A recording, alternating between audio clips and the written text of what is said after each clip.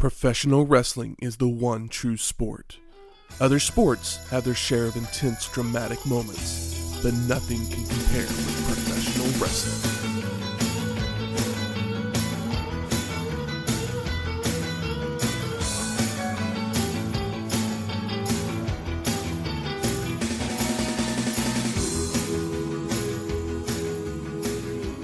Welcome to Wrestling History X, where three friends come together to talk about the stories behind the matches. I'm Matt. I'm the Phantom of the Grand Old Opry. I'm Shane Blinker Fluid Britain. Blinker Fluid. Okay. Spark plug. Blinker Fluid. I love it. Gotcha. Welcome to episode 141, Royal Rumble 1995. 30 men, one winner. Something's gotta give. What's gotta give? The top rope, the turnbuckle, Yeah. my patience. We'll find out as we go. Yeah. Give these guys give these guys a chance. Someone's got to give these guys a chance. This is the 8th Royal Rumble, produced by the WWF.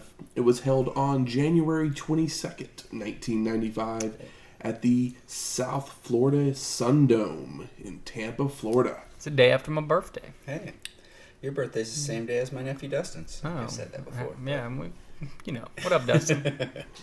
With an attendance of 10,000 people. Hey. And a buy rate of 225,000 people.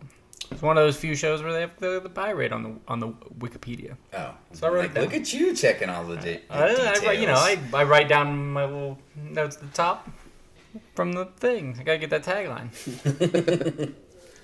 But we're back in Tampa. Yeah, we are. We've been in Tampa, right? Yeah, we've been in Tampa. Yeah. I said back, so I assumed we had been. I think we've been there. Yeah, Tampa, Florida, back again. No.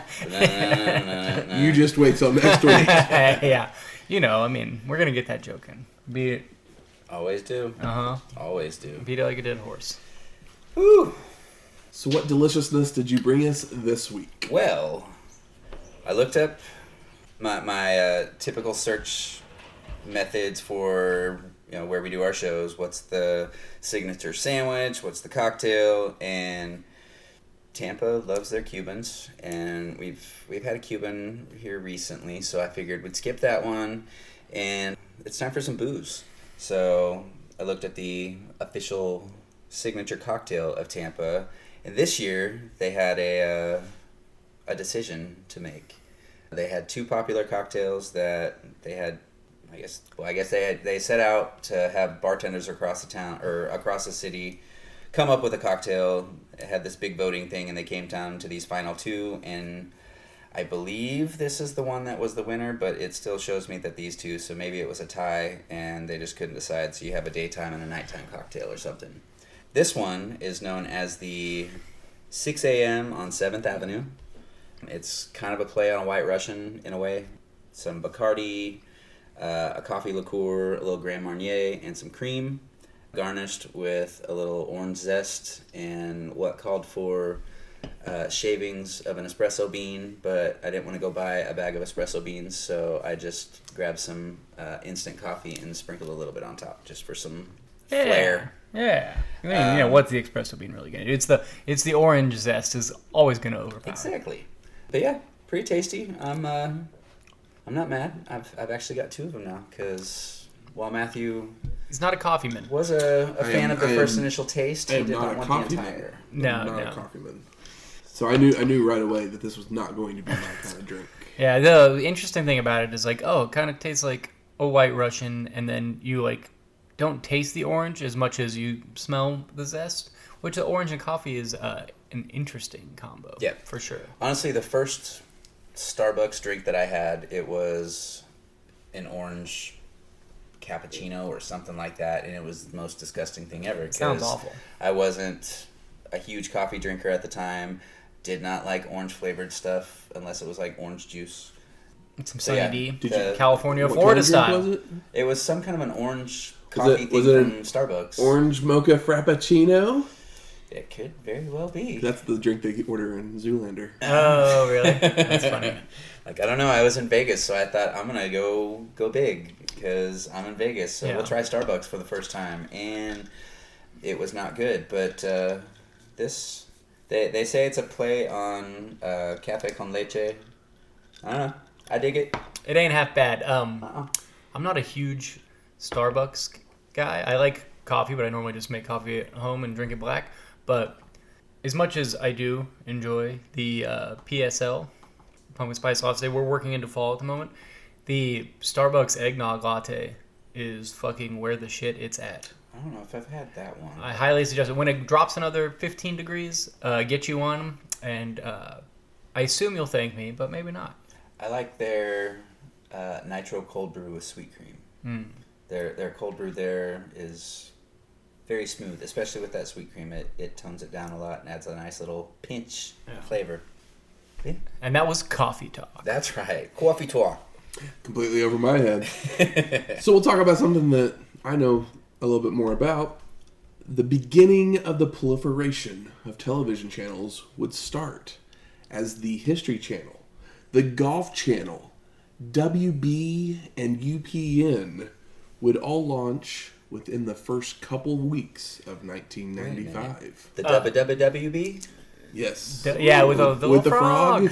Yeah, WB, but UPN, all-star of like sitcoms that just existed and are forgotten. Yes. I loved new UPN shows as a kid. UPN picked up where Fox had left off when Fox was that new channel. Because like that's where you get like the Wayans Brothers show. Yep. Homeboys in Outer Space, a show I talk about all the time and people don't believe that it exists. And I have to look up images and be like, look it.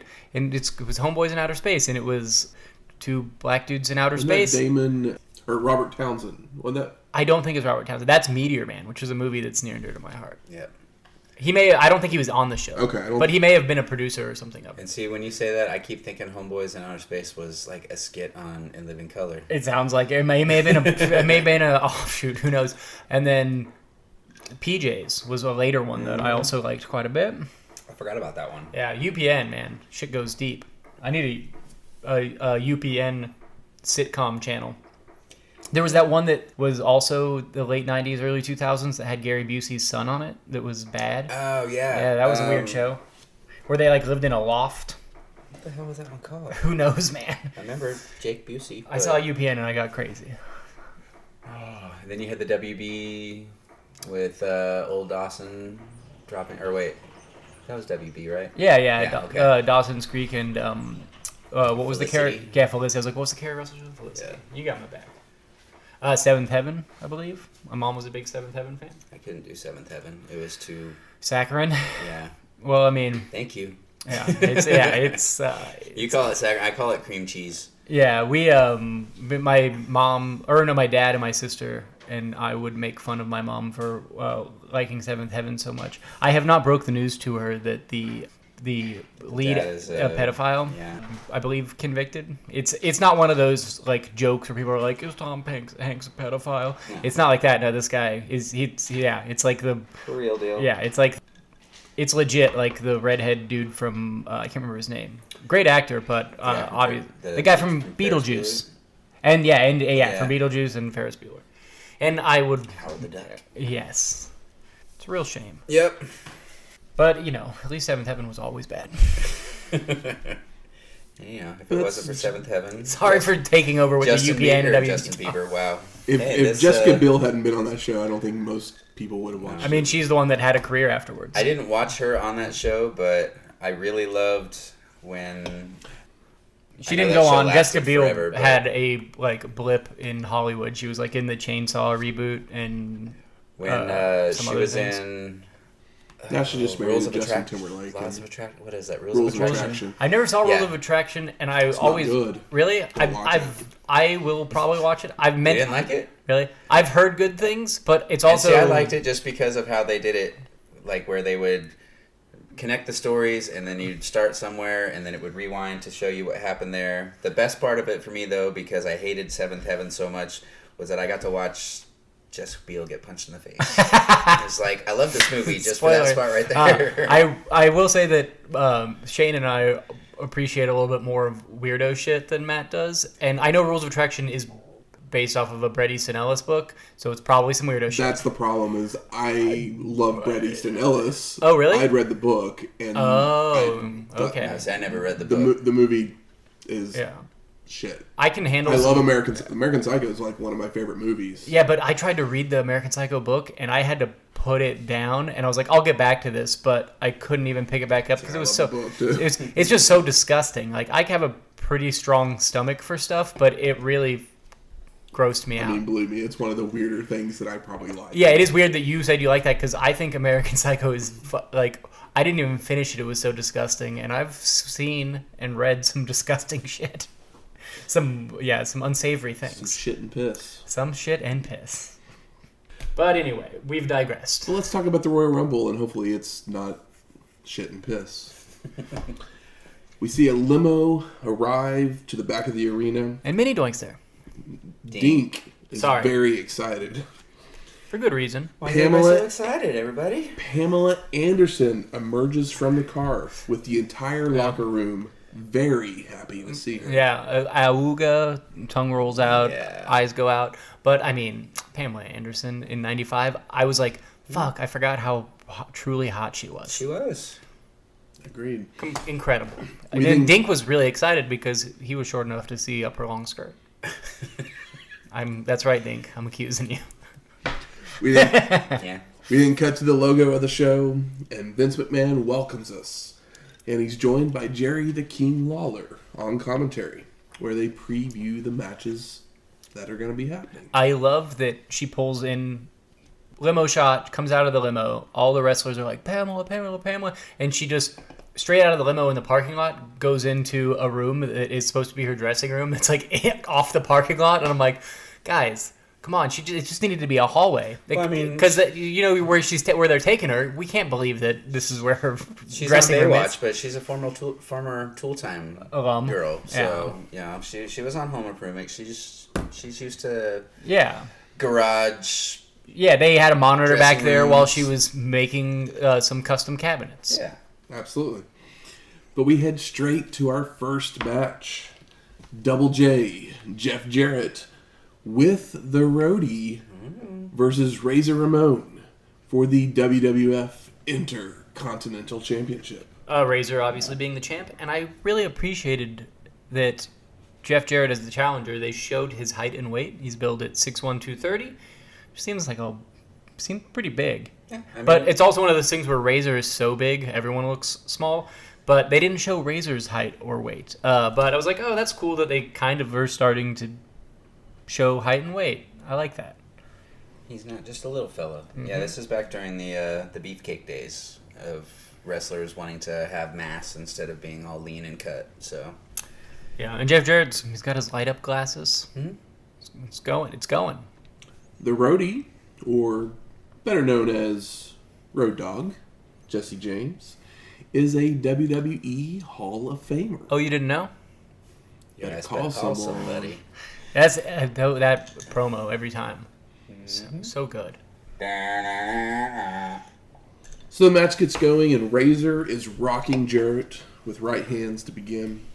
He whips Double J to the corner, only for him to leap up and over a charge, slapping the bad guy and trying for a crossbody, which Ramon catches.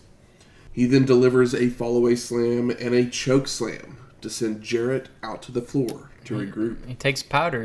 Roadie's got the towel. He's got the water. Mm-hmm.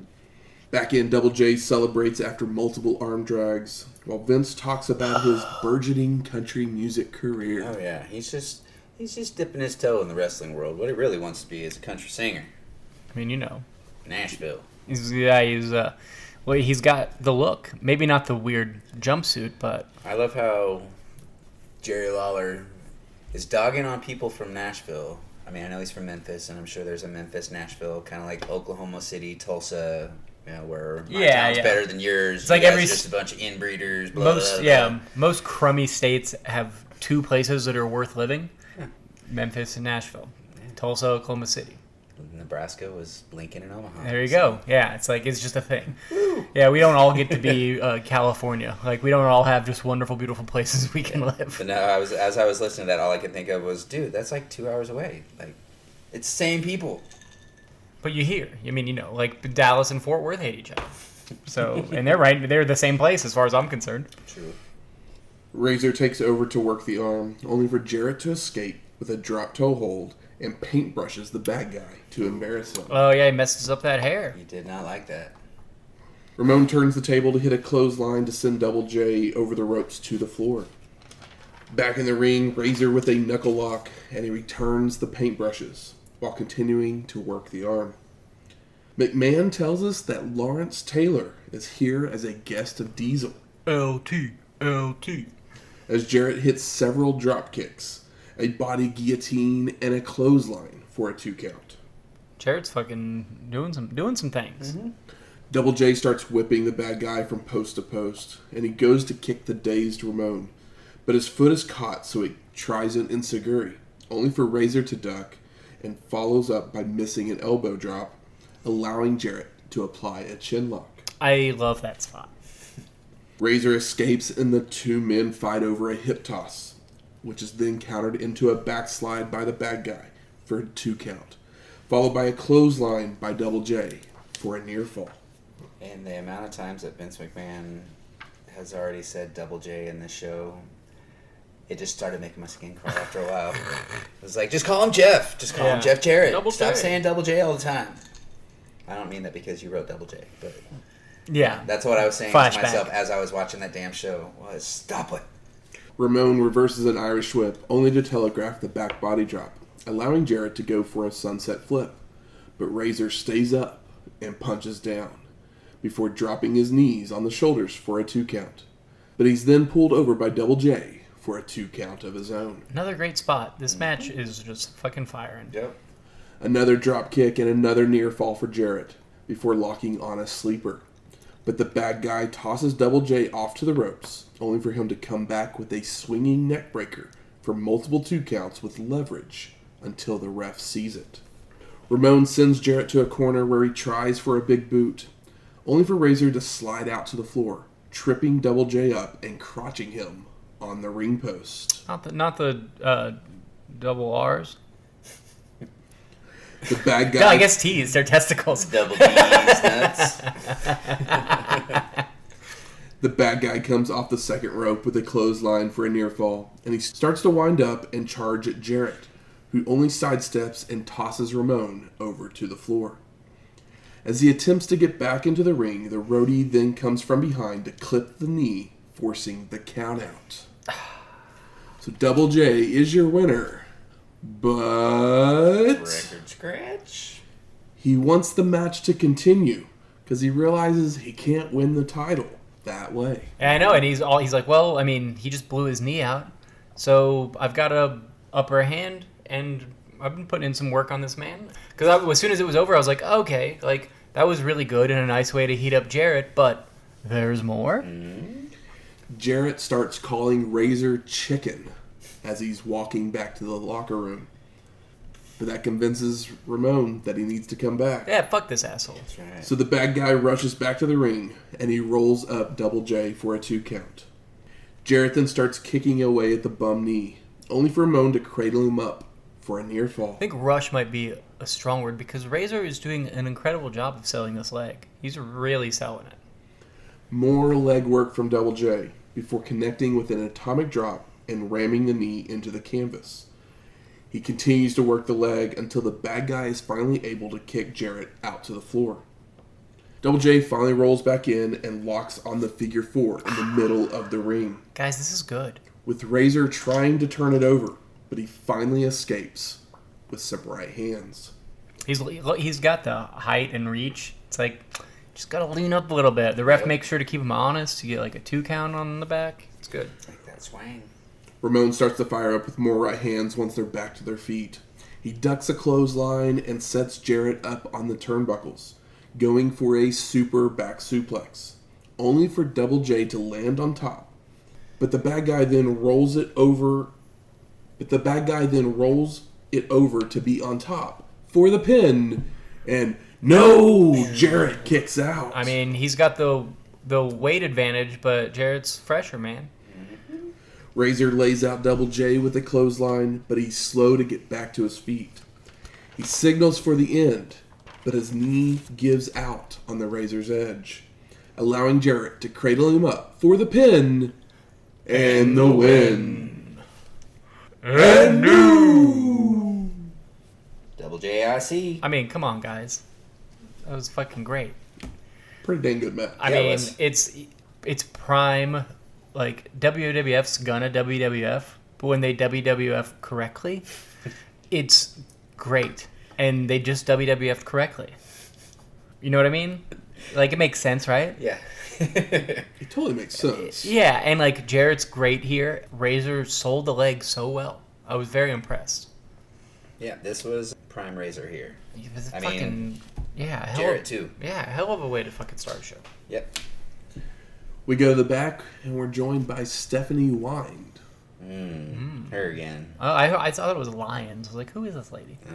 I don't know. She's cute. She's got some like. She's got some very 90s hair. Yeah, she's got like She was- third grade teacher vibes. She was Todd Pettingill's co-host on the Saturday morning Like New York recap show. shows. Oh, okay. Yeah, same personality. That makes sense.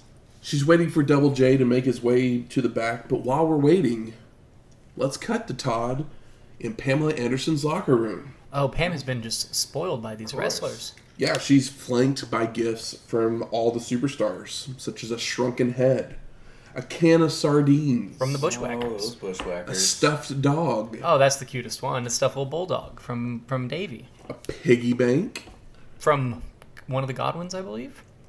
a t-shirt from Lex Luger, Oh, of course. She's going to wear that to bed. and a framed picture of Shawn Michaels. I mean, you know, if she was going to have her pick of the litter, you'd assume she'd pick somebody as handsome as Shawn Michaels. Oh, yeah. Sexy girl needs a sexy boy. Todd then asks her if she likes his gift, and she puts her Baywatch acting skills to the test. So good. But Pettingill does save it by offering a piece of candy before sending it back to Stephanie. Yeah, he's like, I sent you a wreath of roses in a heart shape, and she just has like one broken rose. She's like, oh yeah, I got it. Like he tries to hand her candy, and she's like, I don't even like to Yeah. touch the stuff. Yeah. It's like, have you seen me? I'm not out here eating Werther's Originals, brother. You better come with a Toblerone if you're gonna even try to test me. She likes her candy. I don't know. I don't know where Yeah, I was going with that. she likes her nose candy. There you go. I mean, we don't know that to be true, but she was in a long relationship with Tommy Lee and Kid Rock. Tommy Lee. Oh yeah, I forgot. She marries him like the next month after God the show. damn Kid Rock. At least Tommy Lee is like a cool rock star. Kid Rock was never cool. Here to tell you guys. Break the news. He married her to be cool, and then he ruined her. Anywho. But we're back with Stephanie, and she's there with Jarrett and the Roadie. But Double J, he says he doesn't have time for interviews because he's on his way to celebrate. Ain't I great, he says. Ain't And he I would great. agree. I'd agree. He's pretty great. So we go to our second match. Irwin R. Schyster with the $1 Million Man Ted DiBiase versus the Undertaker with Paul Bearer. The tax man versus the dead man. We've been waiting on this since Survivor Series. Of course, he calls everybody a bunch of tax cheats because the most evil thing to millionaire like Vince McMahon is the Paying government taxes. taking your money. So IRS is standing on the apron while Taker stares a hole into him. But once he turns around, Schyster runs in and delivers a dropkick, which is no sold. So IRS bails out to the floor.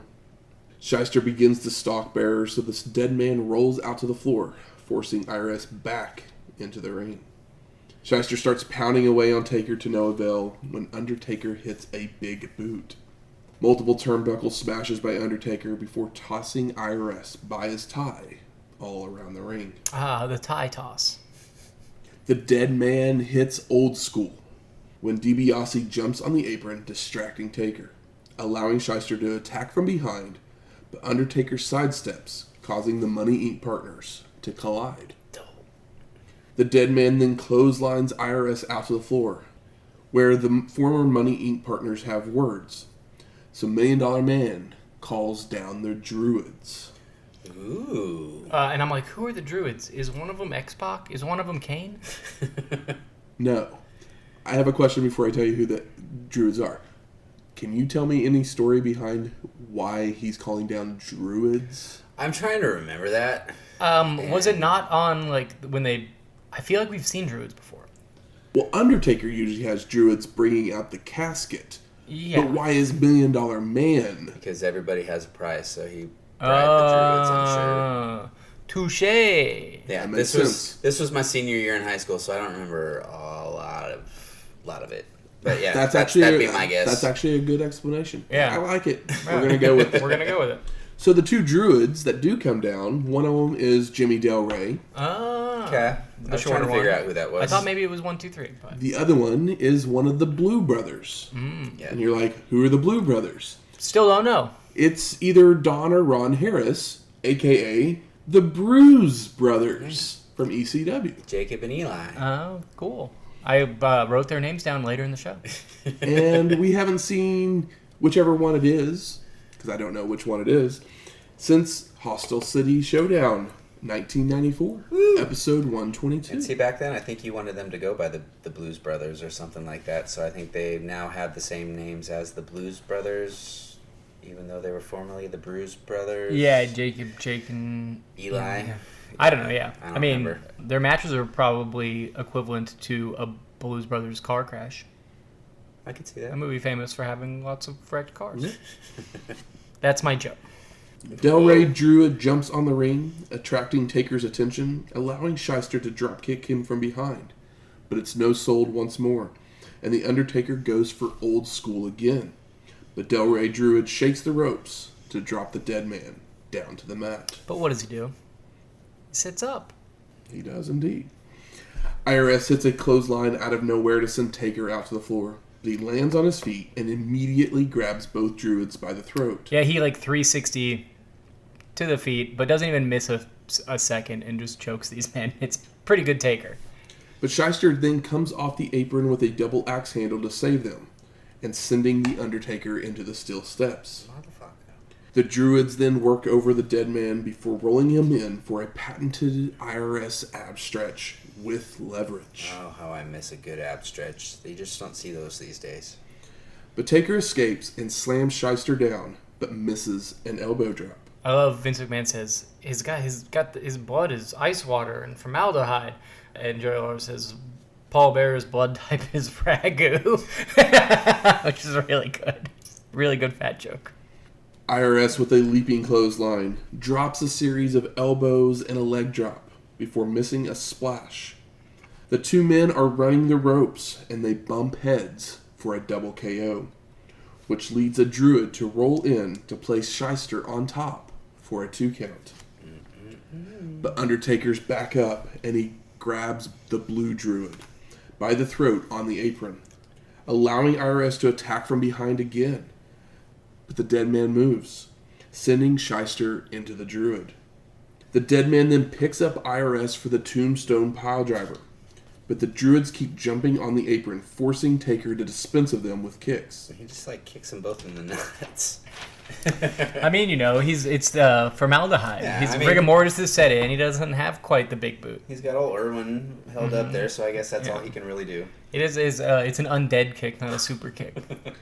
Messing with the Druids allows Schyster to squirm his way free, and then hit a leaping clothesline. But the Undertaker raises up, grabbing Schyster for a chokeslam, for the pin, and the win. It's nice after the Irwin does the clothesline. We get the urn cam and the stomps from the crowd, and then of course Taker does his thing and gets the 1, 2, 3. No one thought Irwin was winning, but we may have had our confidence shaken because I don't think people thought Jeff Jarrett was going to win. Possibly. You know what I mean? Very true. It's booked pretty well, I'd say. Post-match, the lights go out, and the dead man poses. Lights out, music up. Until the Druids attack again, only for Taker to lay them out with choke slams and clotheslines. But oh shit! King Kong Bundy makes his way to the ring, getting in the Undertaker's face, while IRS pops Paul Bearer and steals the urn. Son of a bitch. Poor Percy Pringle taking a bump. We don't want to see it. He's as big at this point in time as Paul Heyman is now in 2021. Paul Heyman hasn't taken a bump since 1994. You talking popularity or size? Size. Okay. Size. The dead man starts to go after Schyster, which allows Bundy to attack, hitting an avalanche splash, several elbow drops, and another splash. I had to note, or I couldn't help but notice, Bundy, when he splashes the Undertaker, it's like he's splashing one of the little people, because he does not really land at all. He's very well protected, or protective. Of Taker, yeah. Yeah. I mean, he is a giant man. Mm-hmm. But standing next to Taker, King Kong Bundy no longer looks as big and bad as he used to in the WrestleMania 2, WrestleMania 3 days. Yeah, I mean, Taker is much taller, but Bundy he's gone to the Yoko fat camp. The one where you go to lose weight and gain weight. And see, I always thought he looked slimmer. You thought he looked slimmer? Yeah. Okay. Maybe he just looked older. He just didn't look as big and bad as he used to back in the day, and that could be because I'm used to seeing him standing across from either Hulk Hogan or Hillbilly Jim, and now he's standing against the Undertaker, who he actually has to look up to. Yeah, like King Kong Bundy. It's King Kong Bundy, but I would love for King Kong Bundy to just come out here and just put up his hand, 5, like 1, 2, 3, 4, 5 with his hand, and then take out Taker. But obviously we're not taking out Taker. Nobody takes out the Undertaker for a long time. Vincent sends us to a video from earlier in the night, and we see Pettengill there with Diesel. But Big Daddy Cool doesn't want to talk about his match. It's an important match, and he's trying to focus. Mm-hmm. We then see Todd with Bret Hart in his locker room, and Hitman says, "What's there to talk about? I just want my title back." Oh yeah, he says all I've thought about is winning it back. He's like, I like Diesel, but all I've thought about is yeah. And then he just says if a bunch and says, I gotta think. So we head to our third match. Bret, the Hitman Hart, versus Big Daddy Cool Diesel for the WWF Championship. Diesel gives Lawrence Taylor a hug on his way to the ring. Oh my god. Because they're buddies. I know. And, both these guys get pyro. Bret gets pyro. Diesel gets Buck pyro. Like Kane pyro from the... Diesel gets the sparkles out of it. No, Diesel gets the Stone Cold broken glass in his entrance too. Does he? Yeah. I did not catch that. Yeah. The glass shatters as he walks. Damn. Through. Right, and then it goes honk, honk, honk. It's got the truck coming up on the screen there, yeah. And then it I think that smashes a glass and he walks through. I think that the production of this show is like WWF always has good production. Rumble specifically, they seem to focus a lot. Start the year off big and bright. Yeah, and this one really does. Like the camera work is really, really good. Like Bret Hart, even they take the lights down and do the pink lights, and he gets pyro, and like Diesel's getting pyro, and it's like they're really going all out. It's really nice looking factor. Show. Oh yeah. So Vince mentions that Big Daddy Cool has won all 3 belts in a single year, meaning IC, Tag Team, and Heavyweight. At the time, he was the only one to ever do it in a single year. But there have been 2 other Triple Crown champions at the time. Bret Hart. Yes, who took a long time to get it done. And Pedro Morales, who took even longer, because he won the first 2 belts in the 70s and then didn't win the Tag Team belt until late 80s. Yep. The only other 2 people that I could find, and I may be completely wrong, but because it was quick research, but Austin and CM Punk have also won all 3 belts in a single year. I'm trying to remember. And I think one of them actually won all 3 of them twice in a single year, which I assume is probably Austin, because literally Austin just moved up and down the... Yeah, it was like whenever to belt. Yeah, when he needed to take a vacation or had to go deal with his knee, he comes back and gets right back up there. So maybe Punk too, because when his rocket finally hit, he won the Money in the Bank Yeah, he won the belt. I want to say he'd been a tag team champion with Straight Edge Society, Kofi. assuming. The only other one I could think of would be, and it may not be Kurt Angle, because he had won the Intercontinental, I don't think he won European, and the World Championship, but I don't think he got the tag team. Yeah, and the European was just a thing they did for a little while. Yeah, just the three main belts are the ones that... The European is like a attitude era to like...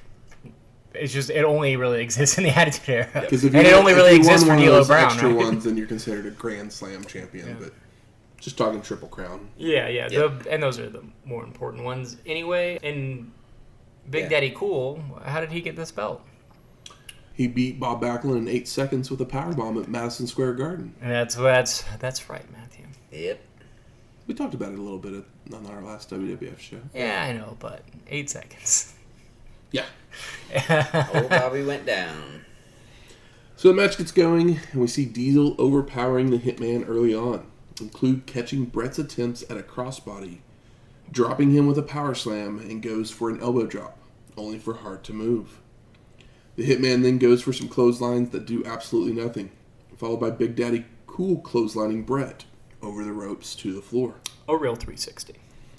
As Hart makes his way onto the apron, they start slugging it out with Diesel knocking the Hitman back to the floor. Bret then grabs Big Daddy Cool and trips him up and wraps his leg around the ring post multiple times. Posted. Bret's a little vicious here. He's on the floor, and he picks his leg from the floor while Diesel's in the ring and just cranks that motherfucker across the post. Set up the sharpshooter. Duh. Back inside the ring, Hart continues to work the leg before locking on the figure 4, which forces Diesel to crawl his way to the ropes to break the hold, only for the Hitman to drag him right back to the middle and lock it back on. Attaboy. Love it. I love that. I'm like, oh, he's going for the sharpshooter. It's like, no. Nah, he's figure 4. Big Daddy Cool finally escapes by reaching the ropes once again, but Bret stomps him out through the ropes to the floor and follows out with a tope suicida to continue the punishment, only for Diesel to reverse a whip, sending Hart into the steel steps. Stolen, stealed, stepped. It's a famous WWF spot. Like, that's the one with the steel. Like, what other promotion has the steel steps in the corner? Yeah. It's the WWF signature. Does AEW still do steel steps?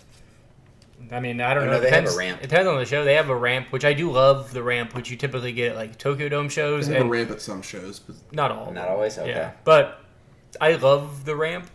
I love the ramp in that golden pre-Hogan era of WCW. Yeah. Where it's not always good, but the good I shit liked it at is the time, good. but then once it was gone, I missed it. Yeah. Cactus Jack splats off Yep. off of the shit. So good.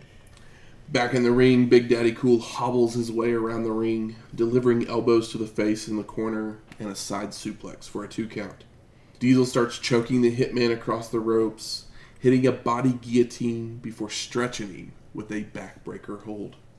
Continues with a Canadian backbreaker, only for Bret to reverse it into a sleeper, which Big Daddy Cool quickly tosses him off, followed by a big boot and an elbow drop for a near fall. And I'm like watching this show, and about around here, I'm like, fuck, WWF's a wrestling promotion. Holy shit. This is wrestling. When they WWF, they WWF. Yeah. I mean, if that was a chant at the time, it deserves it. Diesel sends Hart to the corner and charges in, only to receive a boot and a second rope clothesline before the Hitman heads up top, where Big Daddy Cool meets him to press slam him off. But it's reversed into a body press for a 2 count. Bret rolls out to the floor to regroup, trips Diesel up again, and uses the tape off his wrists to tie Big Daddy Cool's legs together around the ring post. This is a different side of Bret Hart we're seeing. Yep. Allowing Hart to stomp him on his way back into the ring, while the ref works to untie It's him. like a little bit of Owen in that Bret. Oh, yeah, and it's so great, too, because, even in hindsight, we all know that, Bret Hart loves wrestling. Some of these guys just did this. Some of them were good at it and just did it, but it's in his fucking blood. It means something to him, and he wants his shit back. And he's gone through hell. a lot of it because of his brother. The Hitman continues with a bulldog, a shot to the gut, Russian leg sweep for a 2 count, continues with a backbreaker and a second rope elbow for a near fall, before hitting a clothesline to send Diesel out to the floor. Bret goes for a plancha, only for Big Daddy Cool to catch him and ram him into the ring post, before heading back into the ring, where Diesel calls for the end. Big Daddy Cool hits the jackknife powerbomb for the pin.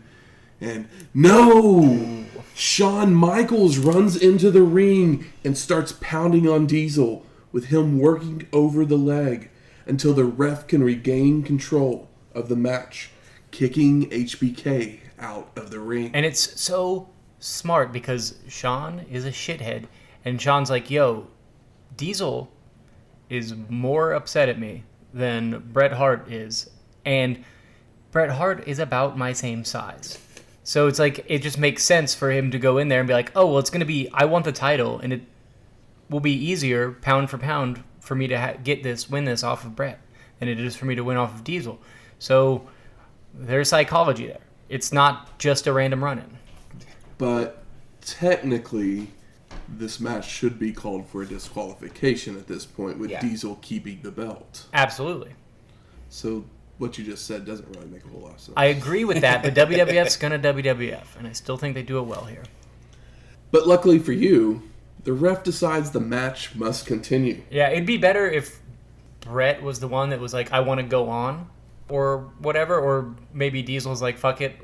But yeah, there should be a DQ here. But we've seen sillier things, and we all want it to go on. The crowd wants it to go on. So Hart continues the punishment on the legs of Big Daddy Cool, followed by elbows and knee drops, before applying the figure 4 once more. Diesel finally punches his way free, but the Hitman won't stop working the leg. He then whips Big Daddy Cool to the corner and charges in, only for Diesel to move out of the way. Fucking Bret Hart is the best. There ever was. Yeah. Ever will be. I mean... And ever is. And the other thing, people are like, oh, well, he doesn't have a great promo. It's like, well, he doesn't have a great promo because Bret Hart is Bret Hart. He's fucking real. Yep. He comes out there and says stuff with a little Canadian accent. Yeah. And then, best there is, was, ever will be, and then I'm going to come out there and I'm going to kick your ass. He's only capable of being himself, which is the purest thing a babyface can be. But I'm not going to lie. At times, I was that same guy saying, I'm so sick of Bret Hart. Yeah, but in hindsight. Yeah. In hindsight, you're like, oh, man, the world needs Bret Hart. That was my true fandom back in the day, though. It's like, Yeah. I'm sick of you. Yeah. You're doing the same Hogan thing. He's not, though. No. I was just a super hardcore Shawn Michaels fan.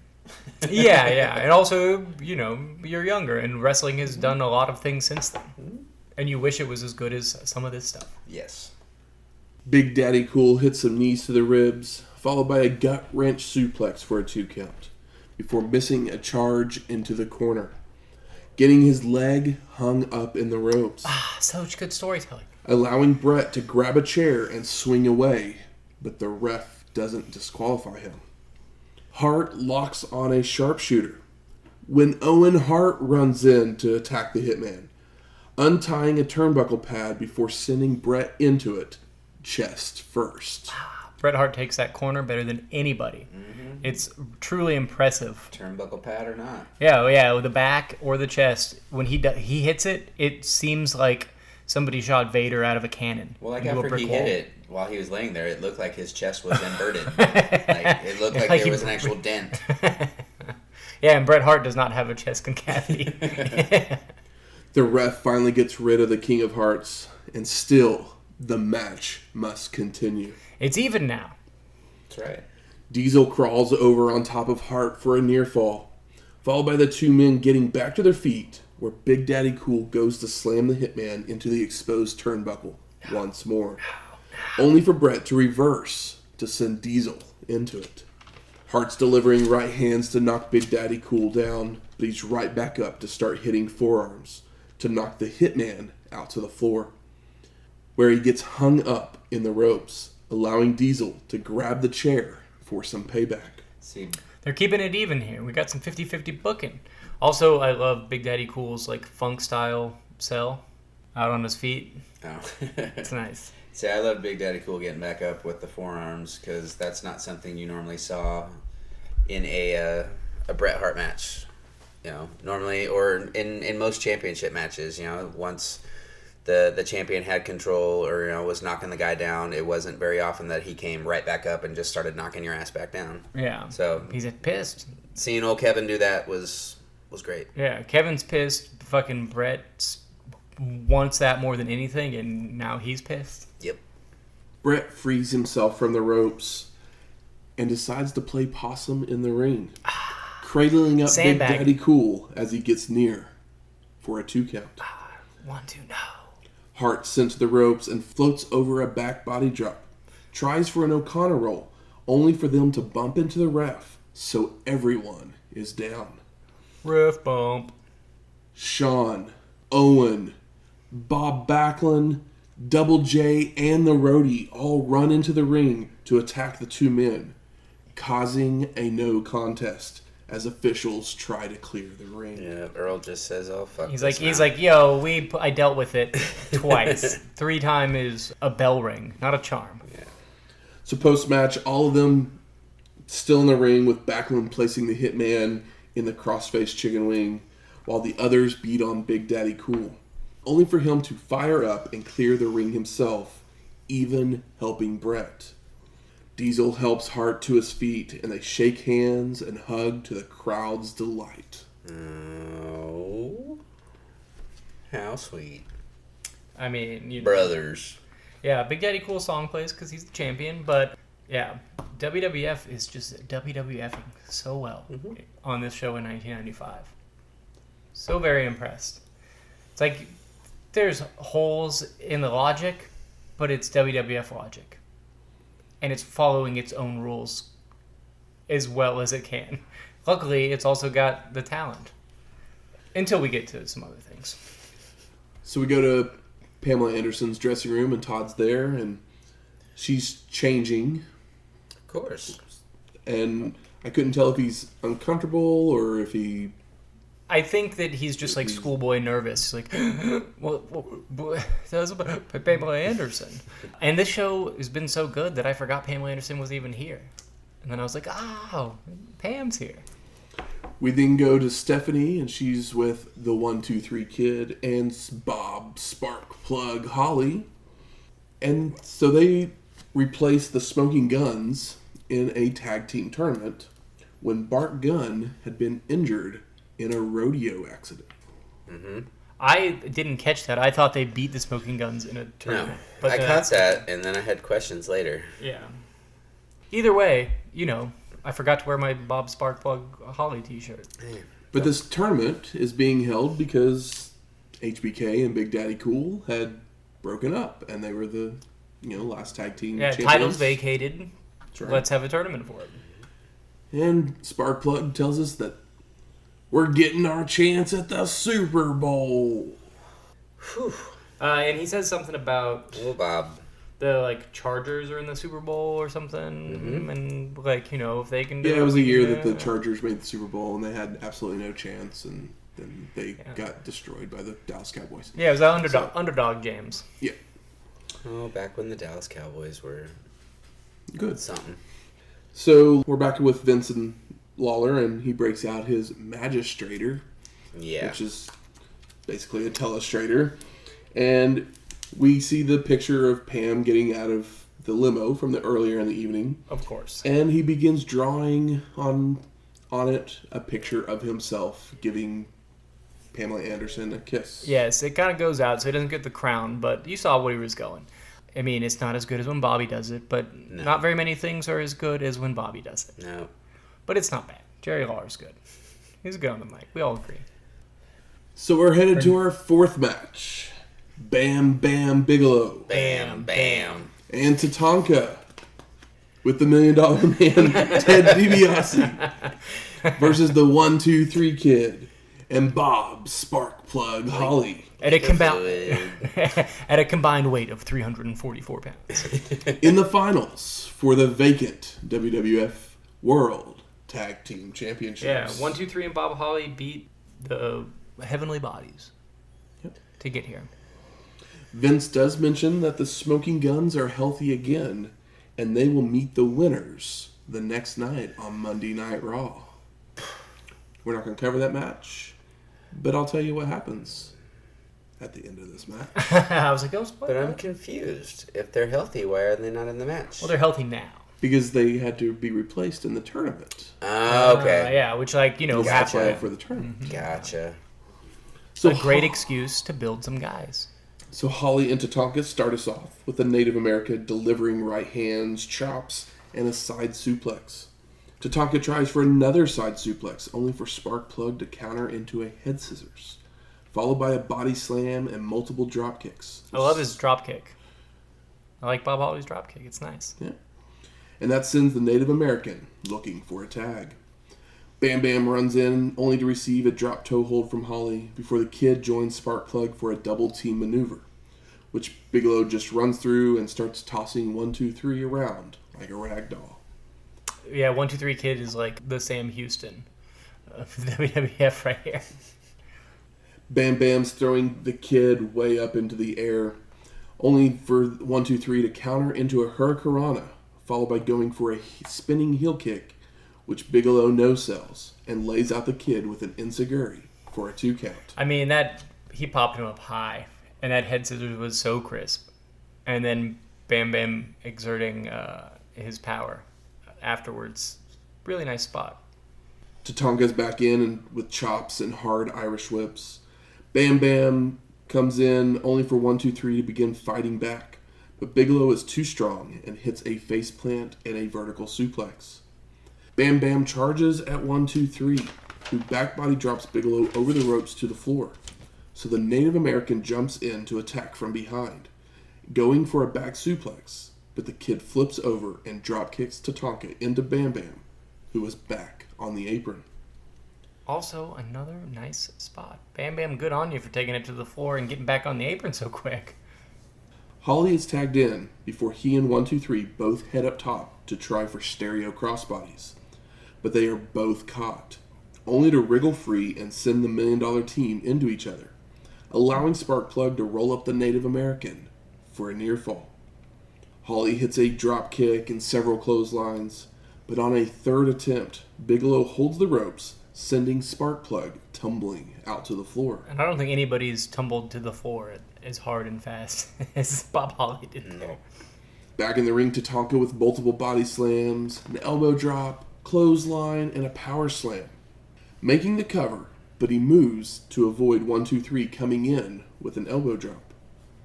The Native American goes up top while Bam Bam holds Holly, and he comes off with a tomahawk chop, only for Sparkplug to move to avoid, causing Bigelow to take the blow. I love how upset 1, 2, 3 is when he hits his partner with the elbow. It's good. He's all like, "Oh no!" Yeah, because it like Home kind of Alone face. yeah. He like teases like some dissension. It's nice. Holly's crawling to the corner when Tatanka starts taunting the Kid, so he leaves the corner, which allows Bam Bam to recover and hit an avalanche splash in the corner before tossing Sparkplug out to the floor. And there he is. He fucked up again. Holly comes back into the ring with a sunset flip, but Bigelow stays up and sits down, followed by a drop kick for a 2 count. Now Sparkplug has absolutely no clue where he is as he reaches out for a tag to the Native American. So the $1 Million Team continues the punishment as Tatanka hits a gut wrench suplex and a clothesline. That part made me kind of chuckle a little bit. It was funny, but it was also like believable because Bob Holly is taking some big bumps and Getting his ass kicked. yeah, he's really It's not as goofy as some other times you see that happen. Yeah. Holly continues to make tags to every corner except the right one. It's a shame he wasn't in a 4-corner match. whatever those are called. My favorite kind of match. But he starts to throw desperate blows before the Native American and Sparkplug both go for crossbodies for a double KO. Crowd's hot. Holly makes the crawl for the Hot tag. He earned it. bringing in 1, 2, 3 with a spinning heel kick on Bam Bam, heads up top for a missile drop kick, followed by a drop kick to Tatanka to knock him off the apron. And a springboard senton. onto the Native American I got before excited. coming off the top with a crossbody onto Bigelow for a near fall. I love that Vince McMahon calls it a moonsault. But, it's a what a maneuver. It's Vince McMahon. Holly runs in to clear the Native American from the ring while DiBiase jumps on the apron to distract the ref. So that Bam Bam can press slam 1, 2, 3 over to the floor. The Kid is rolled back into the ring where Bigelow body slams him and heads up top for a moonsault. When Tatanka starts to run the ropes, knocking Bam Bam right on his head. Oh my gosh. I love that, 1, 2, 3 fucked up a couple of times in a big way in this match, and then Tatanka fucks up in another big way. It's good. Sparkplug charges in to knock the Native American from the ring, while 1, 2, 3 rolls over to make the cover for the pin and the win. And new! I was just thinking about how fucking good it was. So I'm glad that 1, 2, 3 Kid and Sparkplug got their moment, because they would lose the belts the next night to the Smoking Guns. Yeah, I'm sure that's who originally was supposed to win this tournament. Yeah, Yep. I imagine that that match wasn't as good as this one. I don't know. I don't know either, but I'm just gonna assume because I I thought don't this remember. was pretty great. Yeah, I just love they tease the face team making mistakes, and then when the heel team makes a mistake, it is their downfall. Like I said, it's WWF doing WWF right. So post-match, the champs are celebrating as $1 Million Man and Tatanka leave Bigelow laying in the ring. Rude. Bam Bam starts taking a walk around ringside with everyone yelling at him when he comes to Lawrence Taylor, who is laughing at him. LT. Lawrence is all like, man, no offense, and goes to shake Bam Bam's hand. But Bigelow just shoves Taylor before leaving for the back. The crowd's all on LT's side. Granted, Lawrence Taylor, impeccable hair, handsome man, cool dangly earring, cool suit for 95. He's looking like a star. He looks great. Bam Bam's got a little bit of blood. And I was like, who bled? And then I was like, I think that he just bled from his mouth. But there's because I saw blood on the mat, and I was like, where did that come from? Yeah, he fell on his head and knocked himself out. And Bit his cheek or something. something. I don't know. He had blood on his mouth, nose. Looked like he had the starting of a black eye, or if it was blood, I couldn't tell if that was just that. But yeah, He took a hard it one. looked a little rough. It was probably that fall he took to the floor. Bam Bam Bigelow should not be going to the floor. I mean, years ago, we would see him do a cartwheel or whatever and do it really well. And we'd say, wow, that's awesome. Yeah, he doesn't do cartwheels anymore. He just doesn't do cartwheels anymore. No. And, that's a big man to fall to the ground. Todd then sends us to a video package of last year's Royal Rumble, where we see Diesel as a one-man wrecking crew until Shawn Michaels, with a kick that's not shown, helps others eliminate Big Daddy Cool. The reason that's not shown is because it actually didn't happen. Yeah, I know. I don't did they just all pushed him out, right? Yeah, the other guys pushed him out, and Shawn didn't help, but he didn't do anything to help his buddy not get pushed out. Wondering if there was possibly supposed to be a kick. and Yeah. he got ejected before the kick could take place. I don't know. And we go to HBK in the back, and he says some words about that kick and what he's going to do in tonight's Rumble. He says that he got him out all by himself. Mm-hmm. Which is a bold-faced lie. And that is good heel work. We then see the ending of the previous year's Rumble, where Hart and Luger go over the floor at the same time. And then we go to Lex, who has some words saying that last year was last year. And this year, I'm tired of being a contender, and I'm becoming a champion. Yeah, last year was last year, and this year is this year, and I am still Lex Luger. Yep. That's what I heard. We then go to Vince, and he apologizes on air for the actions of Bam Bam. Taking out Lawrence Taylor. And I think that Vince sells it really well. He seems sincere, and then he turns around and it takes away all the sincereness because he turns around and the camera holds on his shoulder in a dramatically soap opera news show. It's very funny. Howard Finkel then announces our special guest hostess, Pamela Anderson. And she's brought out to the ring. And Howard tells us that she will escort the winner of the Rumble to WrestleMania. Yeah, she's fucking hotter than a $2 pistol, man. So we get like Caesar and Cleopatra one year, and then a couple years later we get Pamela Anderson.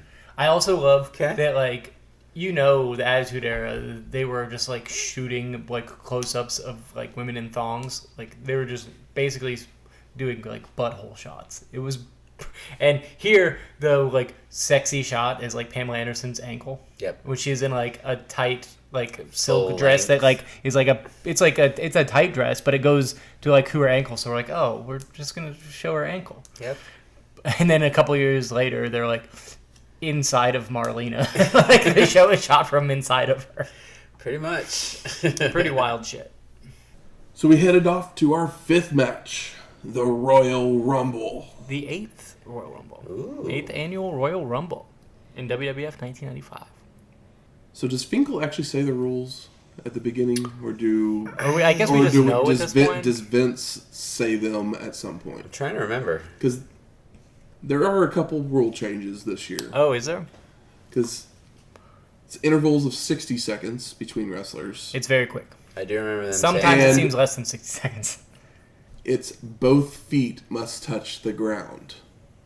Had that not been a thing before? It had not. Okay. It's literally any foot touches the ground, You're out, you're out. you're out. Yeah. Ah. And this year they changed it to both feet. And that will come into play shortly-ish. So number 1 is the Heartbreak Kid, Shawn Michaels. He's a sexy boy. Number 2, the British Bulldog, Davey Boy Smith. 2 former Intercontinental title holders. That's right. So Shawn attacks before the bell, only for Bulldog to quickly send Michaels to the corner, followed by a backdrop and a press slam down to the mat. Davey Boy Smith continues with a clothesline and another hard Irish whip for a flare flip. But HBK remembers that he shouldn't fall out to the floor right here. Yeah, I mean, Shawn Michaels, it just does, we'll get to it. It just looks like he's going to go out so many times. British Bulldog with a headbutt, only to then charge into a big boot. And this is where McMahon says this is going to be the fastest, most furious Rumble ever, as competitors hit the ring every 60 seconds. But Shawn misses an elbow drop as number 3, Eli Blue, makes his way to the ring. Oh, hey there, Brother Blue. All 3 work on each other with right hands until number 4 comes out, Duke the Dumpster Droese. Dumb, dumb, dumb. Yeah, Poop the Trash is his name. Pretty much. Eli delivers a big boot to Droese as he hits the ring, but the Dumpster comes back with a body slam and bear hug on Michaels.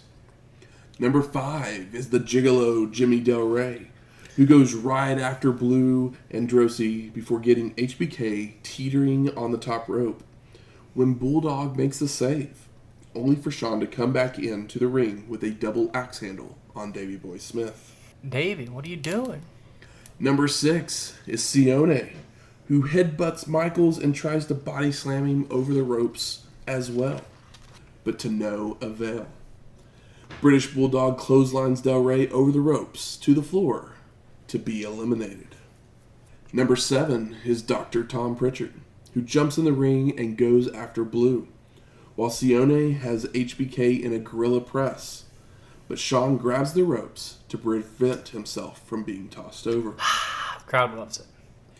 Turnbuckle smash by Eli on Pritchard when it's time for number 8, Doink the Clown.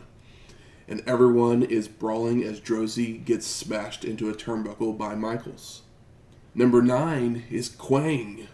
I forgot about Quang. Well, it's probably because we haven't seen him since Royal Rumble 94, episode 110.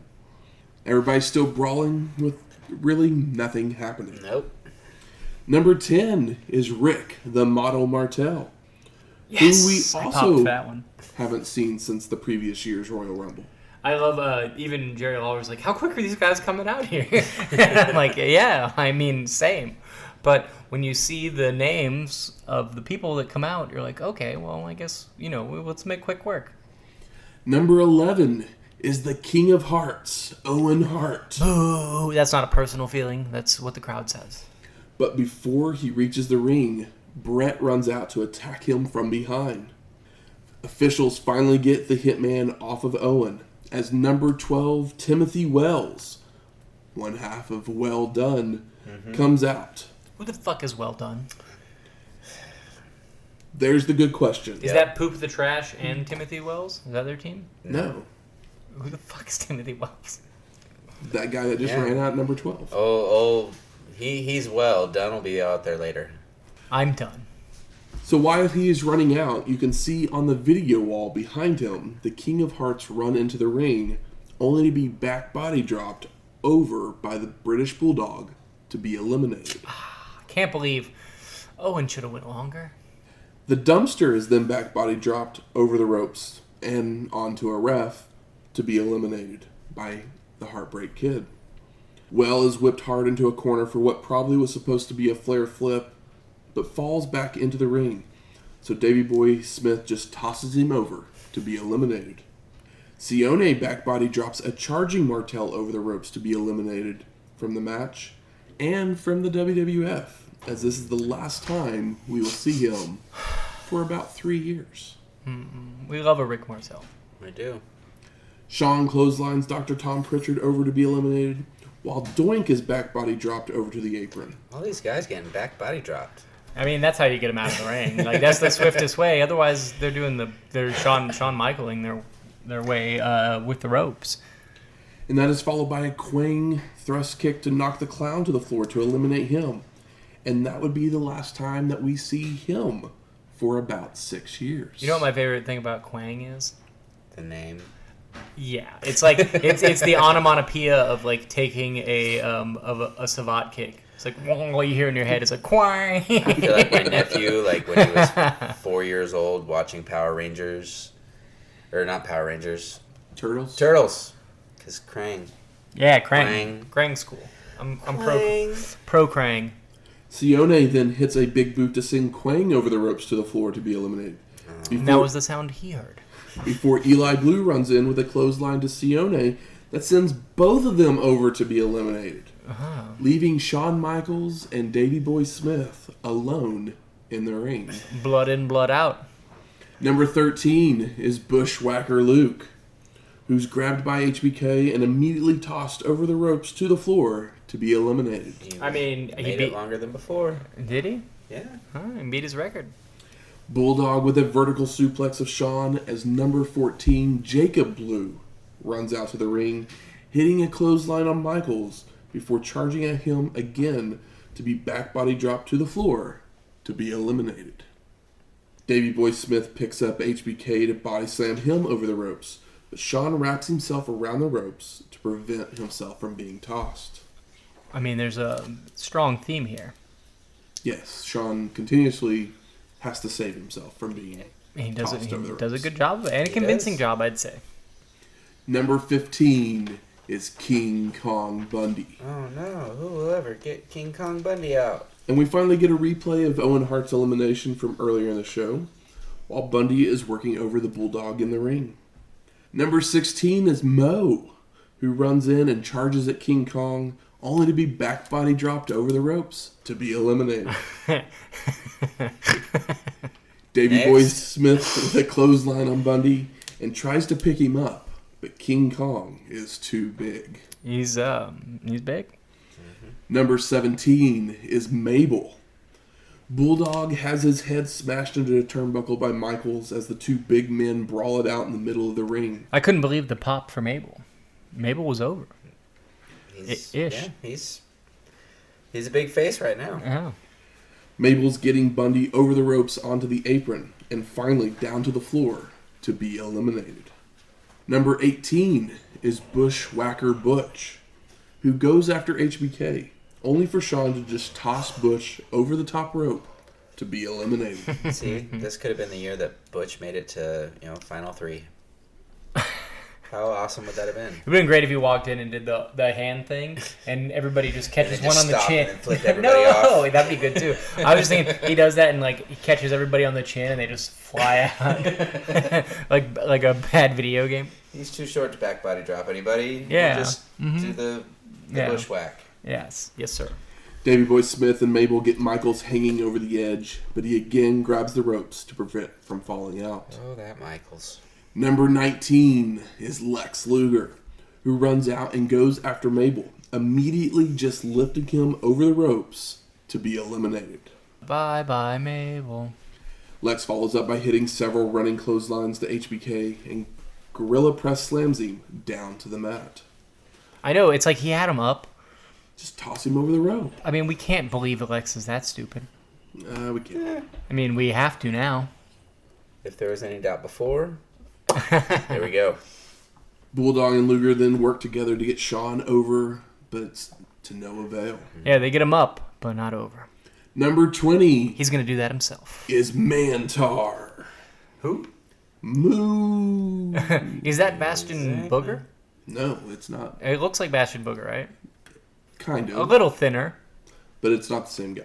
No. Thinner, maybe not the right word. A little less big. Definitely not Norman the Lunatic. No. And he goes after Lex when he comes in, only for Davey Boy Smith to make the save. So Mantar starts working over Bulldog. Number 21 is Aldo Montoya. But we might know him better as Justin Incredible. Oh. Did not know that was just incredible. Yep. Yeah, crazy. I was like, Aldo Montoya, it's a cool name, it's a cool costume, but we're living here in Job City. Luger and Davey Boy Smith double teaming Mantar when it's time for number 22, Henry Godwin, who we haven't seen since WCW Saturday Night of May 14th, 1994, episode 117 as Shanghai Pierce. Oh. Lawler has a great line that Godwin's teeth are so dirty he can drink water and spit yoo-hoo. Very good. And this is a great time for us to get Pam Cam. Because they really have not exploited the fact that Pamela Anderson is here. To be honest. She doesn't really look like she wants to be exploited. She doesn't really look like she wants to be there at all. So. She does okay. They put the camera and she's like, oh, go away. I'm hoping the money was good because, yeah, she does not look happy to be there at all. No. Nope. Number 23 is Billy Gunn, who goes right after Mantar as everyone's just brawling in the ring. Number 24 is Bart Gunn, out to help his brother, only to be attacked by Mantar. Ooh. Number 25 is Mr. Bob Backlund. But before he gets to the ring, He's got to play to the crowd. Bret Hart attacks from behind, which again the refs have to clear the Hitman off. Just let the man go. Kick his ass. I mean, Bret Hart, he's got an axe to grind. And it's like, they were like, it worked well the first time, let's do it again. The other half of Well Done comes out right after Bret Hart attacks at number 26, Stephen Dunn. There you go. Yeah, I was like, who? They didn't even say the name for a while, so I've in my notes I've got 26 guy ? Guy the dude, the guy the man. There you go. Dunn goes right after Aldo Montoya as Backlund has made his way into the ring, only to be clotheslined by Lex over the ropes to the floor. How's this for a wrestling job gimmick? Mr. the Wrestler. As long as we can get a Mr. the Wrestler number 2. That's even better. You don't even have a one. You just go straight to 2. Bret and Bob then brawl their way back to the locker room. Number 27 is Dick Murdoch, who we haven't seen since Super Summer Sizzler Spectacular, episode 93. I kind of popped for Dick Murdoch. I was like, I know who that is. And he's old. Everyone's brawling in the ring still when it's time for number 28, Adam Bomb. Yeah, this ring is finally getting crowded in the way that Rumbles typically would be crowded. I kind of like the fast pace, but I knew early on what they were getting over, and we'll talk about Then you look at the ring, and it's like, oh yeah, it's Henry Godwin and old Stephen Dunn. Yeah, Mr. the Wrestler too. Aldo Montoya. Mantar hits an avalanche splash and tries to body slam Luger, while Godwin's working on Michaels, having him halfway over the ropes for who knows what the number of times is in this match. Whatever this sexy number is. Number 29 is Fatu, who gets into a slugfest with Billy Gunn, lifting him over the ropes, only for Billy to land on the apron and roll back in. Old Fatu mastering them boots. Luger gets Mantar over the ropes and out to the floor to be eliminated. As number 30, Crush, who immediately tosses both guns, who are slugging it out with each other. How disappointing is it that number 30? Is Crush? Yeah. Yeah. I mean, that's the equivalent today of, like, Dolph Ziggler being number 30. I like Dolph Ziggler more than I like Crush. But yeah, it's like, oh, well, you don't believe that he's going to win. No. Get ready for the eliminations, because here they come, because Aldo Montoya back body drops Steven Dunn to be eliminated. Adam Bomb and Crush start slugging it out while thinking they may be a good tag team in the future, before Crush dumps Adam out to the floor to eliminate him. Somebody was high with that thought. Sean then tosses Montoya over the ropes to be eliminated, followed by Murdoch trying to get Michaels over, only for Luger to make a save. Crush levels Fatu with a clothesline to send him over to the outside to be eliminated. Murdoch hits a drop kick on Godwin, picks him up for an airplane spin, which knocks HBK down, before dumping Henry out, who hangs onto the top rope with his feet up to pull Murdoch out as well to be eliminated. We may have missed one of my favorite spots in this whole Rumble, which is Fatu and Dick Murdoch having a headbutt contest. Headbutt fight. You know, I love a on knees headbutt fight a la Junkyard Dog. And they did it very well. Mm-hmm. And, you know, Fatu won because he was born on an island. Our final five is Luger, Bulldog, Godwin, Crush, and Michaels. I believe a couple of them. Lex starts taking a beating, but hits a big boot onto a charging Godwin, followed by backdropping Henry over the ropes to be eliminated. I mean, you know, it's better him than Luger. Luger's being worked on by Crush and HBK, but he fires back to mount the Hawaiian in the corner with punches, when Sean comes from behind to shove him out to the floor to be eliminated. Just a old Shawn Michaels shove. Crush and Michaels then double-team Davey Boy Smith with clotheslines, but Crush turns on HBK, picking him up above his head, only for Sean to rake the eyes to escape. At least he didn't completely Luger and press slam him in the middle of the mat. Yeah. Yeah. He at least got his eyes right. He had an excuse. Bulldog charges at them, only for Michaels to duck. But Davey Boy Smith does hit Crush to send him over the ropes to the floor. And Crush is eliminated. So our final two are our first two, HBK and the British Bulldog. You know how quick I knew that was going to happen? Whenever they were the first and second person in the ring? I would say maybe like 5 guys deep when Luger was like middle of the pack, maybe. But I had an idea, but I was like, well, they could do Luger, but I don't think they will. But I knew who was winning pretty early on. You probably knew that HBK was winning it once, and we're spoiling the end of this match, whenever Diesel was still the champion at the end of his match. Yeah.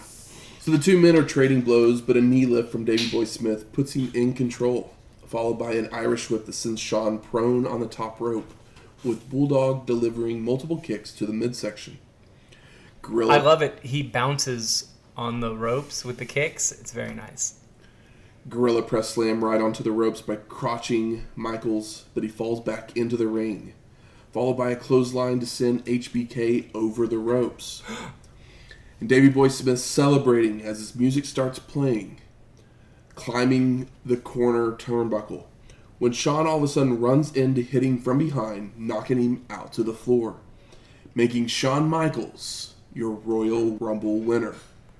So the official announcement was that only one of HBK's feet had hit the floor, which we get multiple replays of, showing hanging on the top rope. You've seen this many times. Yes. They show this every year at the Royal Rumble, with only one foot touching the floor before pulling himself back into the ring.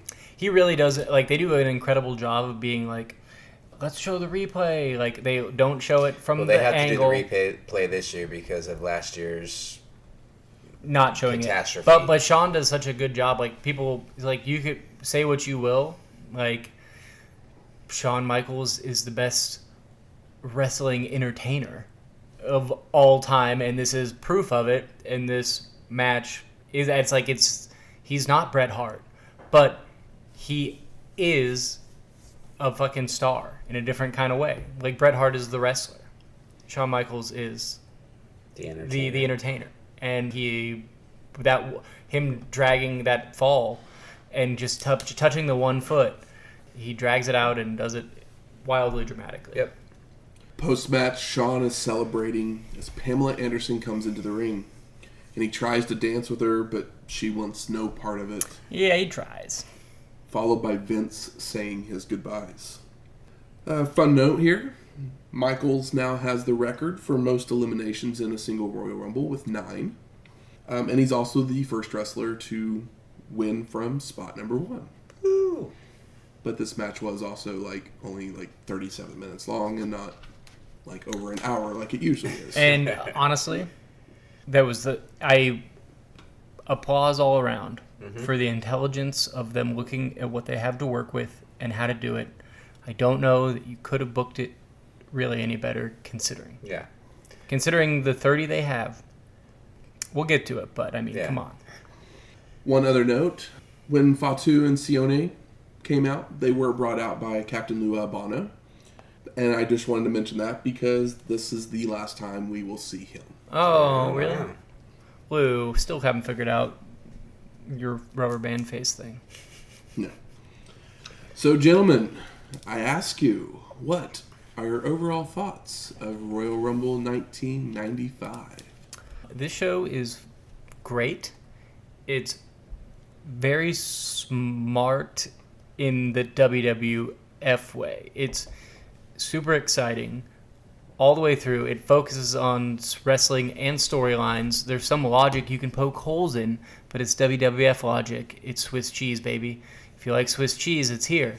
And then the Rumble is full of jobbers, but I think it's booked as well as they could have, considering, and they put the right guy over, and he truly is an incredible performer and proved it in spades here. Yes. Agree with the bulk of all of that there. Started off hot with Razor and Jarrett.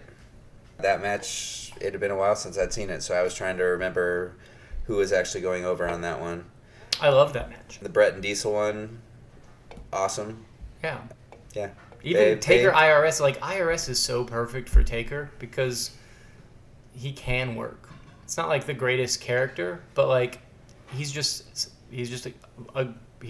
great wrestler. He's a good hand. He seriously is a good hand. It's unfortunate that he does this gimmick for so long, but if anybody else had this gimmick wouldn't last as long. Nope. So there's that. So it sounds like we're all on the same page. I also really enjoyed this show. It flowed really well. The finishes of some of the matches did have something to be desired, but I wasn't mad about them. It's January. We started off fresh feuds. We mentioned the DQ thing and the Bret Diesel. It evens out. It works itself out, so it doesn't make me mad about it. No, it's a when it first the first Shawn Michaels running in, I was really, we're gonna DQ, and then it was and then it was oh no, we're gonna keep it going. And I was okay, and then more stuff. I didn't love the ending of the match. I didn't love. I understand it though. But yes, it made sense. It kept storylines going. The thing that I think that worked so well is those guys were great in the ring, but it's a teeter-totter where it's okay, the scales of justice and then at the end of it it's evened out, but it's a roller coaster in that way. Yep. It's not my favorite way to do wrestling, but I think that this is the place where you do wrestling this. The Rumble match, I think we've all mentioned. There's literally 6 people in the entire match that have a chance at winning it. Yeah, Lex, Davey Boy, Shawn, Owen, Backlund.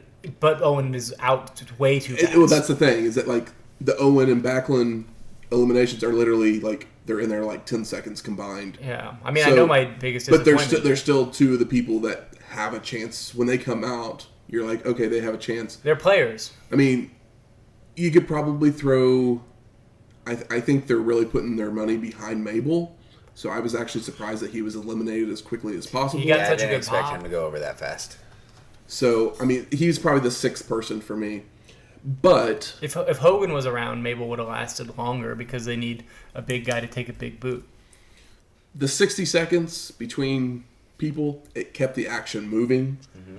If it was 2 minutes, this would have been and it never awful. It never bogged down. Even though nothing was really happening in the ring, It was never boring. it never bogged down. Yep. Because Yeah. it just kept moving. It did, and even like when the ring fills up, I'm like, okay, I'm kind of losing it, but then somebody comes in and It's clears just it all elimination, out. elimination. Yeah. Like, And they did a really good job with like timing, or Shawn Michaels did a great job of timing the spots, and I think the camera work on the show, the production is incredible. They caught everything you needed to see very well. yeah. Except for the Owen. Which they showed us later. Yeah. They did. Good. Where's the smart marks at? All right. Fuck you. I think it's time we smark it up. So what are some of those best moments of this show? I love the first match a lot. Agreed. I really love the first match. I think the second match might be one of the more interesting Taker matches. That felt, yeah. I mean, that's the worst match, right? Undertaker IRS. And it's not bad. It's just kind of like it's still it's overbooked. Yeah. yeah, but I think that it's still a little bit like I don't love Taker matches, and I think it might be a little bit more interesting than some of the other Taker matches we've watched. Like I wasn't. So, I mean, IRS messed up the Tombstone Pile Driver. Yeah. At the end, He did.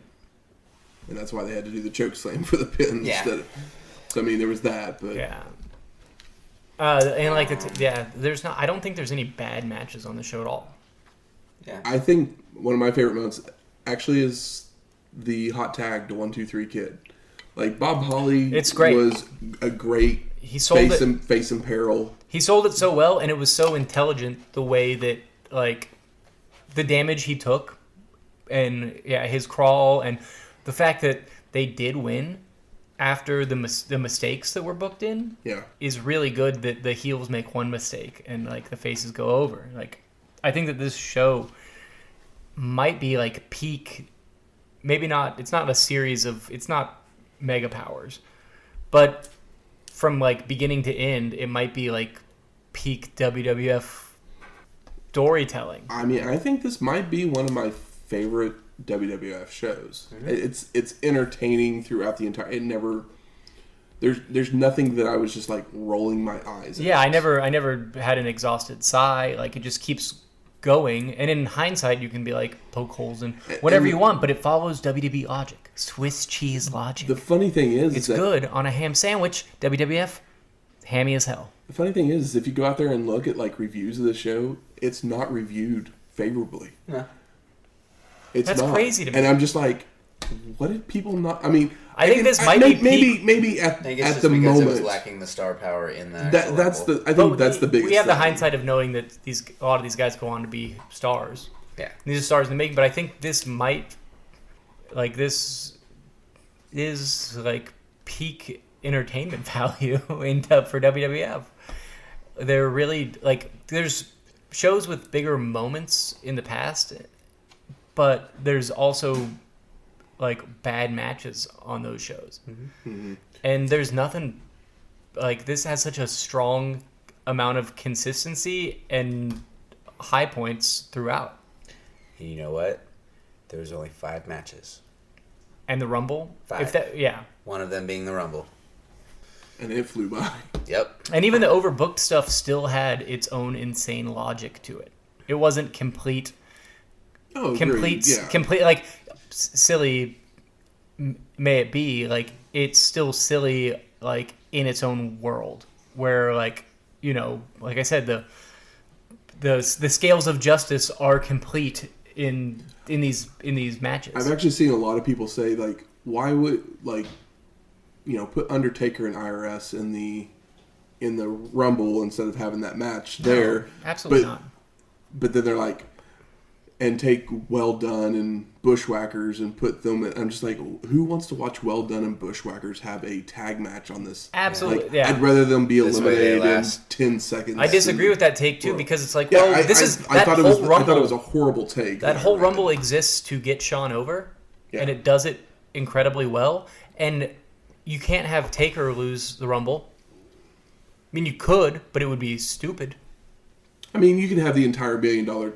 That's the thing, is that you could put the Undertaker in the Rumble, but then you have the entire $1 million corporation. Or you have the Druids come out and pull them out. And we don't want that. I mean, you'd have something. to have other Druids, or you'd have to have them strategically timed. No, I think that this is like some of the, like, for just under 3 hours, this is some of the best booked.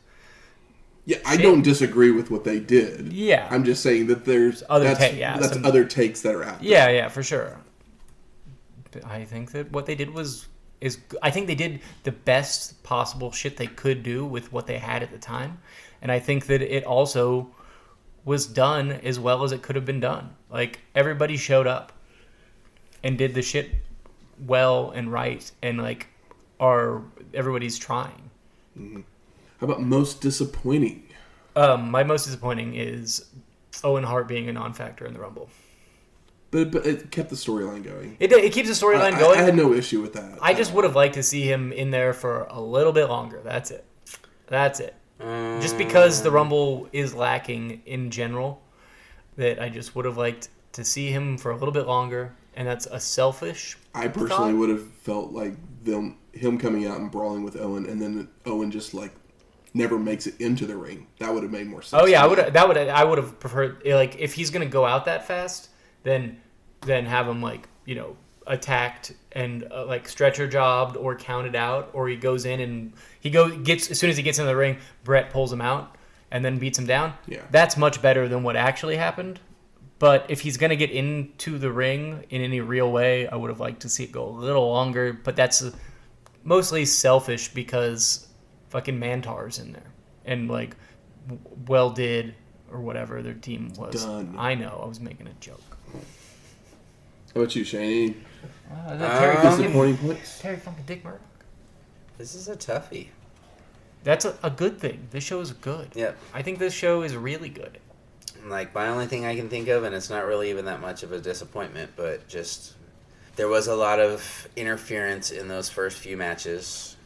It was WWF interference. The only non-interference match, technically, I guess. I mean, it was a tag team match, but the 1, 2, 3 kid. And that one was booked. I think that the finish of that was so great. Yeah.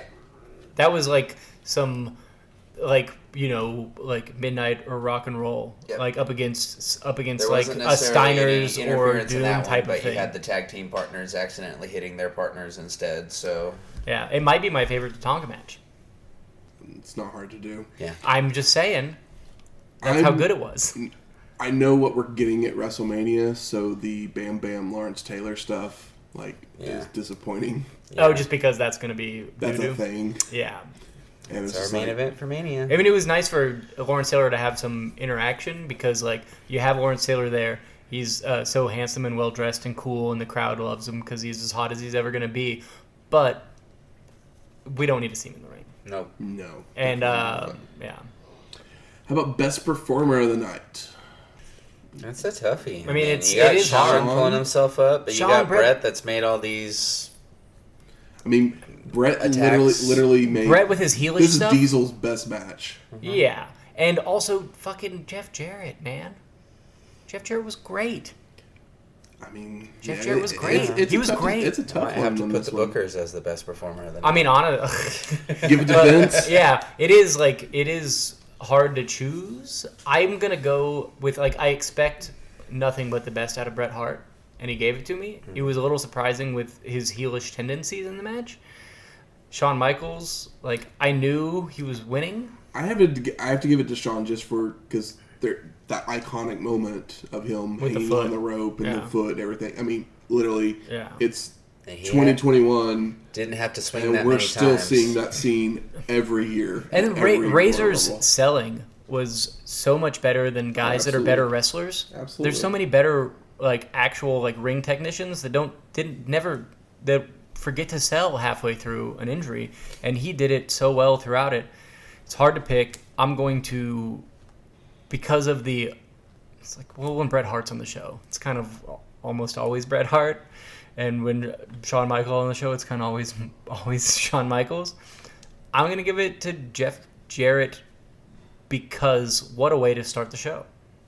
I don't think there's a wrong answer. There really isn't. If you were to say Tatanka, that's a wrong answer. If you were to say Bam Bam, it would be a weird answer. But even Diesel and Ramon put in some of the best work probably of their goddamn careers, honestly. Yep. How about most surprising? That the Rumble was so full of jobbers, because who is in the company now? And then it started, and I was like, oh, ooh, okay. Yep. But yeah, when it comes down to it, the most surprising thing was that they booked it as well as they did. They dropped down to 60 seconds, they got people in and out, and it didn't drag, because it could have. Mm-hmm. Most surprising thing for me is that they let Davey Boy be in there at the end as well. It's number 1 and number 2. Instead of Lex. Lex could have been number 2. Whenever they did... But Davey Boy's a better wrestler. When they did Lex, the interview with Lex, I totally expected it to be Lex at the end again. Just because, that's their Hulk Hogan. They've been... Comment that, he's done playing around or whatever. But they've been a challenger. They've been trying Lex for a couple of years now, off and on, and it's just we know it doesn't work. Yeah. Mm-hmm. But do they realize it doesn't work? Yeah. You know when Lex works best? In or in 1989 with Flair. In WCW. Yeah, in 1989 where Ric Flair has one of the best years of wrestling that's ever existed. When he's a U.S. champ and not a world champ. Yeah. Most unsurprising, right? Yeah. Who the fuck is Aldo Montoya? And when Aldo Montoya and I was like, who the fuck is this? But I said that a lot of times. I'll take your most disappointing and make it my most surprising that Owen didn't get just a little pinch more in the Rumble, but we kind of it's all for storyline purpose. Yeah, in a more interesting way. And honestly, that's kind of the biggest thing that they didn't do right, because I feel like they did everything really kind of right. For their, like I said, for their logic. This isn't Jim Crockett Promotions. This is different. This is WWF. Yep. And now for a look back even further into the history of wrestling. The dusty finish. Ronnie Garvin and Ric Flair had been feuding for the past few months over the Nature Boy's lust for Precious, Garvin's manager. They had traded victories, with Garvin usually winning in non-title matches and with DQs in the title ones. But the man with the hands of stone had succeeded in September of 1987. The two men had a rematch set for Starrcade 1987, November 26th in Chicago, Illinois, where Garvin had the early advantage using the Garvin Stomp. But after a low blow, Flair had started working the leg to set up the figure 4. But Ronnie would escape and fight back, sending the Nature Boy into the cage and locking on a figure 4 of his own. Oh my God. Ultimately, Flair would catch Garvin going for a Thez press and hot-shotting him right into the cage, knocking Ronnie out for the pin. Flair would begin his 6th reign of the NWA World's Heavyweight Championship and would hold onto the title for over a year until he would meet perhaps his greatest challenge right back in Chicago. Next week, Hardcore TV from January 31st, 1995. All right, Hardcore TV. So it's okay, well, who could possibly be on this show? What title will change? I'm interested because I do not know. Is there a title change? There could be a title Who change, knows? or maybe somebody shows up. I don't know. It could. Maybe it's just a really good episode. I have to really quickly say Orlando. It's not in Philly. Really? It's Orlando? It's in Orlando. Whoa. Wow. Whoa. I didn't know ECW. I didn't know ECW left the territory. Yeah, they traveled. I didn't realize that they did it for Hardcore TV in '95. 1995. Wow. Good for them. They had to film somewhere. That's cool. Also, great job with your dusty finish, man. I miss those. To my friend, old Paul E., if you're listening, thanks.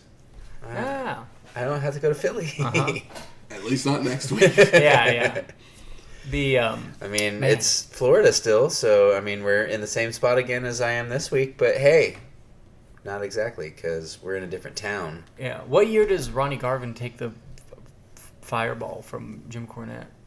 Okay. Just curious. I don't remember. I don't know. So I was save thinking that about for it the next round of I'm about trivia. Ronnie Garvin. I was thinking about that. I'm like, when was that? I guess probably maybe right after he lost that title to Flair would make sense. Has he already dressed up as a woman? Yes. Okay. He was already Miss Atlanta Lively. Okay. Okay. So maybe it was right before, but Jim Cornette being part of NWA is more of a like mid to late 80s thing. So, it's cool. But, it's just nice when you talk about Ric Flair in the 80s. Get excited. Music from this week's show is Beach Party by Steve Vaus and Sexy Boy version 3 by Jimmy Hart and Jimmy Maguire. I mean, what a tune. If you like this episode or any of our other ones, go out there, rate and review us on iTunes, Stitcher, Google Play, or wherever you find your podcasts at. You can always email us any questions, comments, concerns. Recipes. We're going to Orlando, so send me some ideas. Do you have any silly takes about Royal Rumble 95 that we can debunk? Some silly takes? Well, yeah, like the ones that you brought up earlier. Any conspiracy theories? Some when people were rebooking it, they're like, Taker should have been in the Rumble. It's like, no, absolutely not. I mean, what if they just did a 2.5 hour Royal Rumble and just put all of the good people in it? How about that stinks? No one wants that. No, absolutely not. But you can send those emails about that hot take or anything else to WrestlingHistoryX@gmail.com, or you can find us on Twitter at WrestlingHistoX. That's Wrestling HISTO. X. We'll talk to you next week.